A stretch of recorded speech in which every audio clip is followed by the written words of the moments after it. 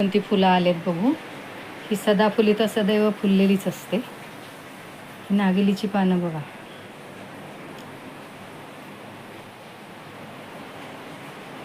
सगळं हिरवगार झाले, मस्त. नागिलीची पाने आहेत ती.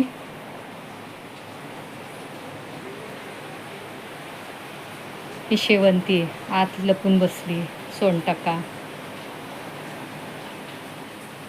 कृष्णकमळाला बघू किती फुलं आली आहेत. वाव, आज कृष्णकमळाला 1 2 अजून कुठे बरं 3